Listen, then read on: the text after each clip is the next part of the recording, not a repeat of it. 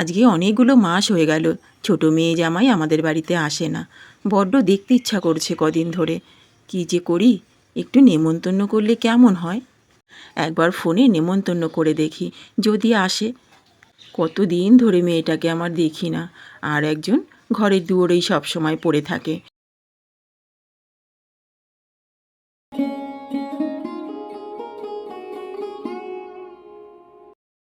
এখানে দাঁড়িয়ে দাঁড়িয়ে তুমি কি এত দেখছো? আমি যে কখন থেকে ডাকছি তুমি তা তো শুনতেই পাচ্ছ না। কত বেলা হয়েছে বলো তো, ভাত খাবে না? চলো তাড়াতাড়ি। আরে এখানে দাঁড়িয়ে দেখো কত সুন্দর লাগে প্রকৃতিটা। চারিদিকে সবুজ আর সবুজ, ভারী মিষ্টি লাগছে। তুমি দাঁড়াও, তোমারও দেখবে মনটা ভালো হয়ে যাবে।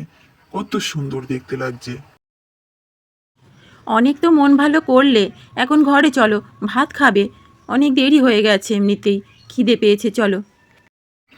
আচ্ছা ঠিক আছে ঠিক আছে, চলো খেয়ে নি।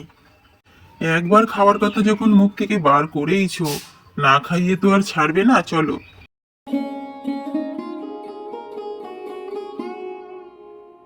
তারপর ঘরে এসে মালতী এবং মালতীর বর দুজনে খেতে বসেছে। এমন সময় মালতীর মা এসে বাইরে থেকে হাঁক ডাক দিচ্ছে, মালতী, এই মালতী। আরে সাড়া দিচ্ছে না, মনে হচ্ছে ঘরের ভিতরেই যেতে হবে। কি করছে ঘরের মধ্যে কি জানি, সাড়াই দিচ্ছে না। না, ঘরের ভেতরেই একবার গিয়ে দেখি কি করছে। আরে বাইরে থেকে কে যেন ডাকছি মনে হচ্ছে না? মায়ের মতন গলা লাগলো। না না, ভুলই শুনেছি হয়তো। বলতে বলতে মালতীর মা ঘরে ঢুকে পড়ল। আরে না না মালতী, তুমি ভুল শোনোনি। মাই তো এসেছে, ওই দেখো। বসেন বসেন মা, খাটের উপর বসেন। আরে মা, তুমি আমাদের ঘরে হঠাৎ? না মানে তুমি তো এখন আর আমাদের ঘরে আসো না অনেক দিন ধরে। তা বসো না মা, বসো খাটের ওপর। না রে, এখন আমি বসতে পারবো না। আমার বাড়িতে অনেক কাজ রয়েছে। তোর বোনকে অনেক দিন ধরে দেখতে মন চাইছিল। বড্ড কেমন কেমন করছিল মনটা, তাই ওকে একটু নেমন্তন্ন করলাম। তুই বাড়ির মধ্যেই যখন আছিস, তাই ভাবলাম তোকেও একটু নেমন্তন্ন করি। তা দুপুরে দুজনে মিলে চলে যাস। জামাই যেও কিন্তু, দেরি করো না। আর শোন মালতী, তাড়াতাড়ি চলে যাস, দেরি করিস না। আচ্ছা মা, আমি বাড়ির মধ্যেই থাকি বলে আমাকে যে নেমন্তন্ন করতেই হবে এমন কোনো কথা নেই। আমাকে তো তুমি সবসময় চোখের সামনে দেখতে পাও। তুমি বরং বোনকে দেখতে পাও না? তুমি বোনকেই নেমন্তন্ন করে খাওয়াও, আমাকে খাওয়াতে হবে না। তোর আবার এই এক দোষ, সব কথার উল্টো মানে বার করে একটা অশান্তি বাঁধানোর চেষ্টা করিস। আমি তোকে কি কখনো কিছু বলেছি যে তুই উঠোনের মধ্যে থাকিস বলে আমি তোকে নেমন্তন্ন করলাম? না মা, তুমি বলবে কেন? আমি বলছি এই কথাটা। আমি তো তোমার চোখের সামনেই থাকি, আমাকে আবার নেমন্তন্ন করে খাওয়ানোর কি আছে বলো?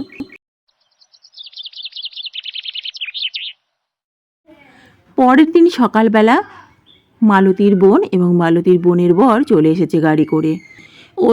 ওই তো আমার ছোট মেয়ে ছোট জামাই চলে এসেছে। কত আনন্দ হচ্ছে আমার আজ। কতদিন পর আমি দু চোখ ভরে আমি আমার ছোট মেয়ে ছোট জামাইকে দেখব। আয় আয় মা, ঘরে আয়। কত কষ্ট করে এই গরমের মধ্যে তোরা আসলি।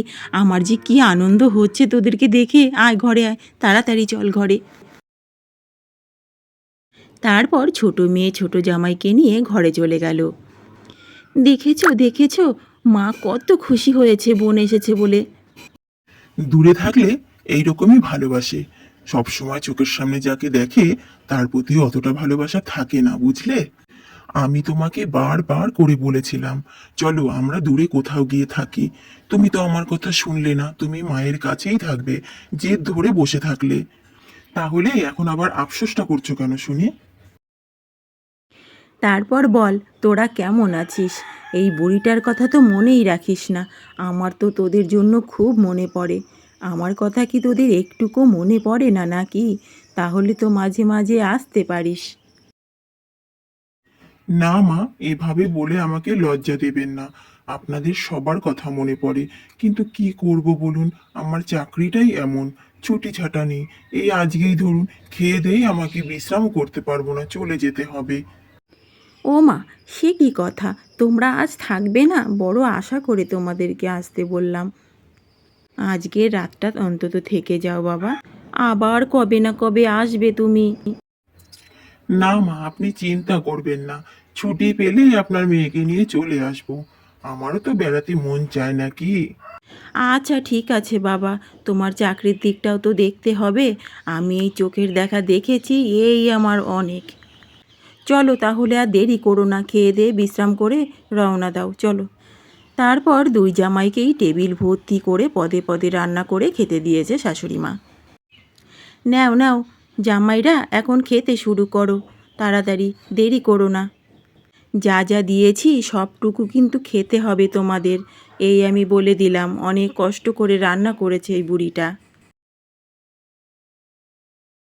কি হলো দাদা, আপনি আগে খাওয়া শুরু করুন, তারপর আমি শুরু করব।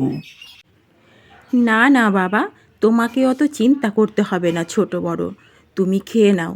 তোমার মতন তোমার দাদা অত চাকরি করে না যে তাকে টাইমে খেতে হবে। আরে মা, এটা আপনি কি বললেন? খাওয়ার সাথে চাকরির কথা আসছে কেন? না বাবা, আমি সেভাবে বলিনি। তুমি তো বাড়ি যাবে, ও তো আর বাড়ি যাওয়ার ব্যাপার নেই, ও তো এই বাড়িতেই থাকে, তাই বললাম আর কি। মা, আমি যখন থেকে এসেছি তখন থেকে দেখছি তুমি দিদিকে আর জামাইবাবুকে ঠ্যাস মেরে মেরে কথা বলছো, কিন্তু কেন মা? ওরা তো তোমার ভালোর জন্যই এ বাড়িতে পড়ে আছে।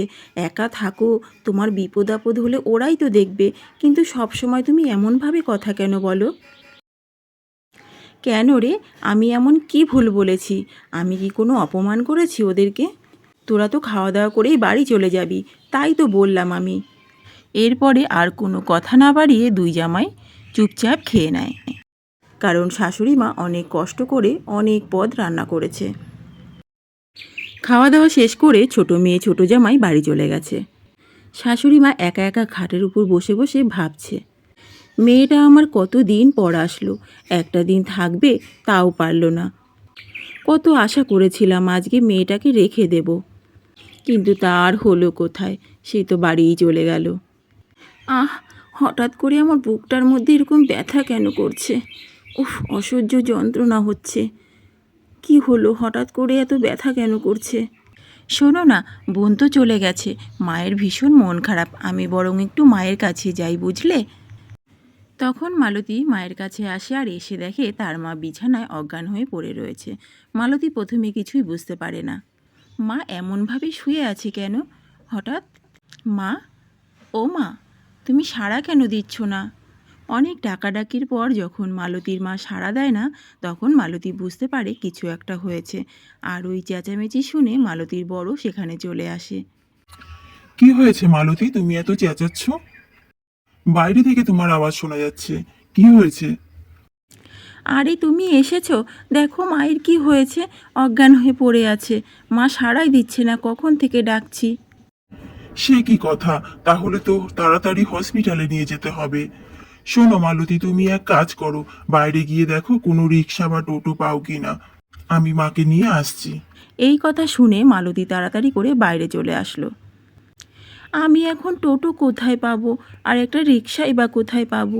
কি বিপদ হলো, চারিদিকে তো কাউকে দেখতে পাচ্ছি না, এখন কি হবে মায়ের? মালতী, এভাবে দাঁড়িয়ে থাকলে হবে না, চলো আমরা হেঁটে হেঁটেই চলে যাই হসপিটালে। মালতী এবং মালতীর বর দুজনেই মালতীর মাকে নিয়ে বড় একটা হসপিটালে তাকে ভর্তি করলো।